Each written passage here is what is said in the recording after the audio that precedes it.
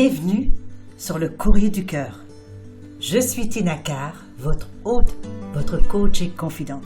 Le Courrier du Cœur, c'est votre podcast pour mieux comprendre les relations interpersonnelles, les dynamiques amoureuses et les rapports entre hommes et femmes. Je parle ici de tout, sans tabou. C'est parti.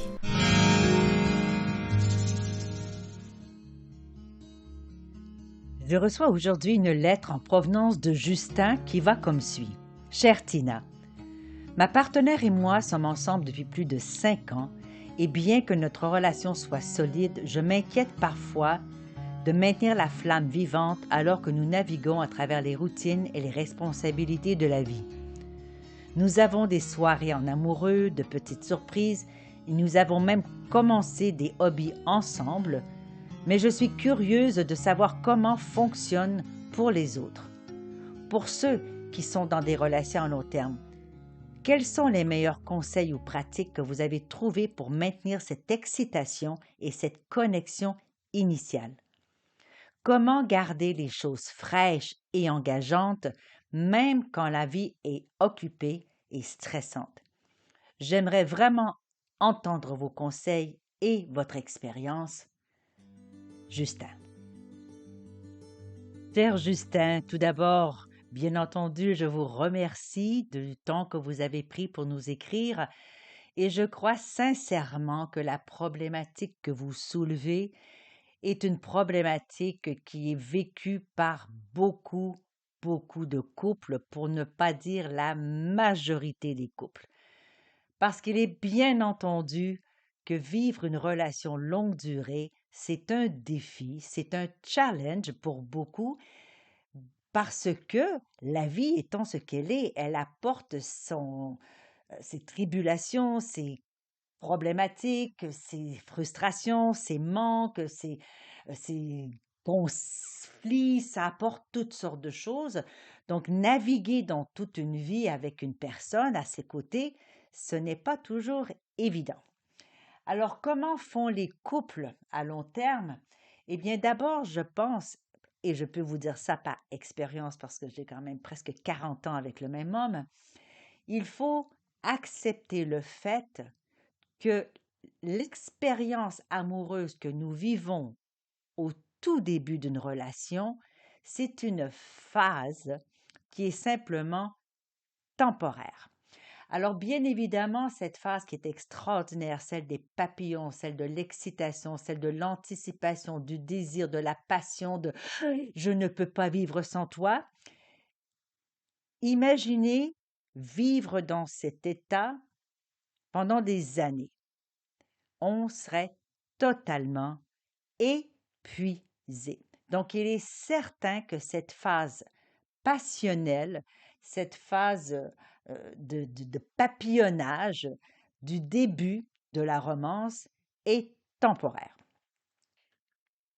Il se trouve que pendant cette période courte, le corps, notre système, fabrique une dose incroyable d'hormones et de dopamine, d'ocytocine, d'endorphine, toutes ces belles hormones qui font en sorte qu'on a envie de voir l'autre, qu'on anticipe de voir l'autre et qu'on s'attache à l'autre. Alors, bien évidemment, on a envie de passer du temps. Alors, pourquoi cette période-là, évidemment, se dissipe? Eh bien, parce que vous l'avez bien nommé, cher Justin, la vie est ce qu'elle est. Il y a les problèmes, il y a les soucis, il y a la routine, il y a les tâches, il y a le travail, il y a les choses à faire, les courses, etc., etc., etc. Donc, évidemment, tout ceci n'est pas très séduisant, n'est pas très sexy, n'est pas très propice finalement à l'amour. Alors, on s'en lasse. On se dit que la vie est difficile, que nous n'avons peut-être pas le bon partenaire parce que nous avons plus ces sentiments amoureux, que nous avons plus ces papillons. Eh bien, c'est là où la vie est quand même marrante, elle est quand même coquine, cette vie-là, parce qu'elle nous offre ici un paradoxe absolument incroyable. C'est-à-dire que pour être excité, pour être dans le désir, pour avoir cet état d'extase, si je peux dire d'exaltation tout au moins, eh bien, ça prend de l'insécurité, de d'instabilité, un peu de danger, de je ne sais pas, je ne connais pas, je découvre, je ne sais pas ce qui va se passer, j'ai hâte, j'anticipe, je ne crois pas qu'il est possible. Voilà, toute cette fébrilité permet de maintenir un état de passion, un état de désir, un état d'excitation. L'amour se construit sur d'autres bases. L'amour se construit sur la routine, le connu, le déjà vu, la sécurité, les je sais, je n'ai pas d'anticipation. Je construis autour de cette bulle solide, avec prévision finalement, que je sais ce qui va se passer, je connais ce qui est, donc je suis confortable dans cette zone que je maîtrise et qu'à la limite je contrôle. Alors vous voyez bien que l'amour excitant du début ne peut pas s'accorder avec l'amour calme et serein et sécuritaire que la relation longue durée nécessite. Alors cette dichotomie, ce paradoxe, c'est le défi de tous les couples. Alors qu'est-ce qui se passe la plupart du temps, cher Justin? C'est lorsqu'on passe cette période dont vous parlez, on essaye donc de l'entretenir avec les dates, les sorties, les petits cadeaux, les actions, les gestes, les aventures, les voyages, les expériences, les hobbies, etc. Ceci nourrit la relation, bien évidemment, mais croire que nous allons pouvoir maintenir ou refaire renaître l'excitation du début, c'est littéralement se tirer dans le pied. Ce n'est pas possible. Alors qu'on puisse maintenir ou retrouver ou raviver la fameuse flamme, rajouter du piment, rajouter des nouveautés pour alimenter, pour colorer, pour bonifier une relation, bien sûr, c'est d'abord et avant tout essentiel pour faire durer une relation.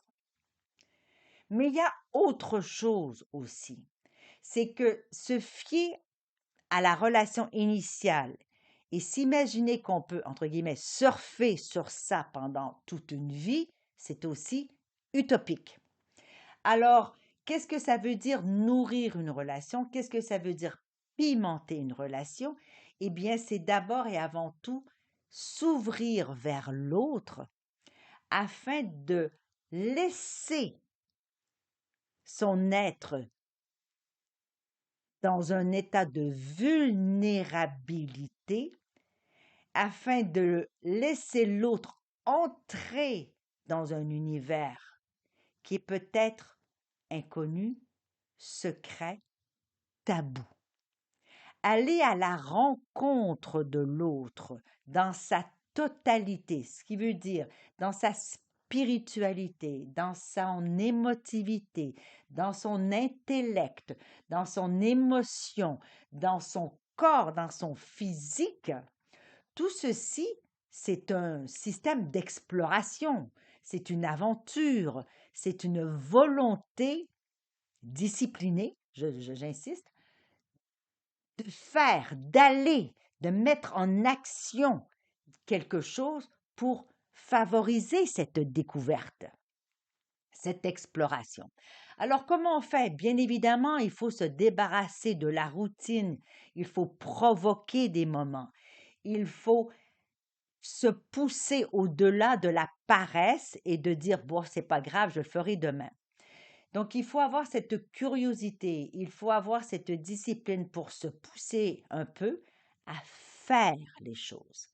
Parce que je le répète dans plusieurs podcasts, dans plusieurs lives, dans plusieurs programmes, dans plusieurs discussions que j'ai avec les uns et les autres, c'est-à-dire que l'amour se nourrit d'effort. Et je déteste le mot effort, mais c'est un peu ça, c'est-à-dire que je me pousse à faire quelque chose dont je n'ai pas nécessairement envie. Parce qu'au début d'une relation, on a toujours envie d'être avec l'autre. On a toujours envie de chercher à connaître l'autre. Par la suite, on en a moins envie parce qu'on se dit que c'est plus fatigant, que c'est pas utile, que finalement on est bien comme ça. On s'installe dans un confort, dans une belle couette bien doudou là. Mais l'excitation, ça demande du piquant. C'est loin du doudou, l'excitation. Le piquant, ça pique. Ça veut dire qu'il faut réveiller certaines choses, il faut secouer certaines choses. Il faut aller à la rencontre de choses qui nous sommes inconnues. Alors, ça veut dire être curieux. Qu'est-ce que je ne sais pas de l'autre? Qu'est-ce que je n'ai pas essayé avec l'autre? Donc, il faut aller à la rencontre de l'imaginaire du sien d'abord et de l'imaginaire de l'autre. Ensuite, qu'est-ce que l'autre cache un petit peu derrière ses timidités, ses gênes, ses fantasmes non avoués? Est-ce que je peux aller visiter ceci? Est-ce qu'on peut aller voir si on peut aller ensemble expérimenter tout ceci dans un cadre bien évidemment sécuritaire? Est-ce que je peux me laisser aller à mes impulsions spontanées et amener l'autre dans mon univers? Mais pour tout ceci, cher Justin, il faut de la confiance. Il faut que j'aie confiance suffisamment en moi-même pour être capable de mener finalement l'expérience en confiance, hein, en sachant que je ne serai pas rejetée. Est-ce que j'ai suffisamment confiance en l'autre pour être certain qu'elle va se laisser guider, se laisser amener, se laisser finalement propulser dans cette expérience nouvelle? Donc cette confiance qu'on a besoin l'un envers l'autre, elle se développe avec des essais-erreurs accueillis, avec des essais-erreurs rigolos finalement. On passe par-dessus ce qui ne marche pas et on bonifie, on amplifie ce qui fonctionne. Alors cette confiance, eh bien, il faut pouvoir l'accorder à l'autre, sachant qu'il se peut que ce qu'on propose ne soit pas totalement bien reçu ou bienvenu. Et c'est OK. Développer le respect aussi dans l'autre, c'est-à-dire je m'engage à ne pas trépasser ce que je sais ne te plaît pas ou que je sais est une barrière ou une impossibilité pour toi.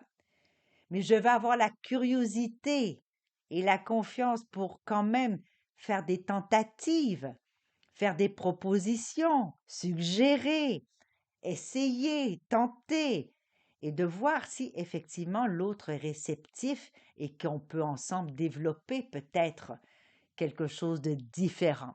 Alors, est-ce que ce sont des fantasmes, des jeux de rôle, des jouets à mettre en place? Qu'est-ce que c'est qu'on peut faire de différent? Et j'ai comme principe que lorsqu'on essaie, il n'y a pas d'erreur possible. Il peut simplement avoir des maladresses peut-être et de dire, ben, on n'aime pas ça tout simplement. Mais aussi, il peut y avoir des surprises, c'est-à-dire, waouh, je ne pensais pas que ça pouvait me plaire, je ne pensais pas que cela pouvait m'exciter, je ne pensais pas que tu étais comme ça, je viens de découvrir une facette de toi que je ne connaissais pas. Waouh, waouh, waouh. Voyez-vous? Et si ça ne fonctionne pas, eh bien, on en rigole un bon coup et puis on essaye autre chose. L'idée, c'est de ne pas accuser l'autre de s'être trompé, de ne pas se sentir finalement ridicule ou dégradé ou humilié parce que ce qu'on a essayé n'a pas fonctionné. Donc, il faut avoir la générosité d'accueillir l'autre et de peut-être bifurquer la proposition vers quelque chose qui nous convienne mieux à tous les deux. Évidemment, on peut avoir une peur du rejet, une peur du ridicule, une peur de se sentir inadéquat, inadéquate.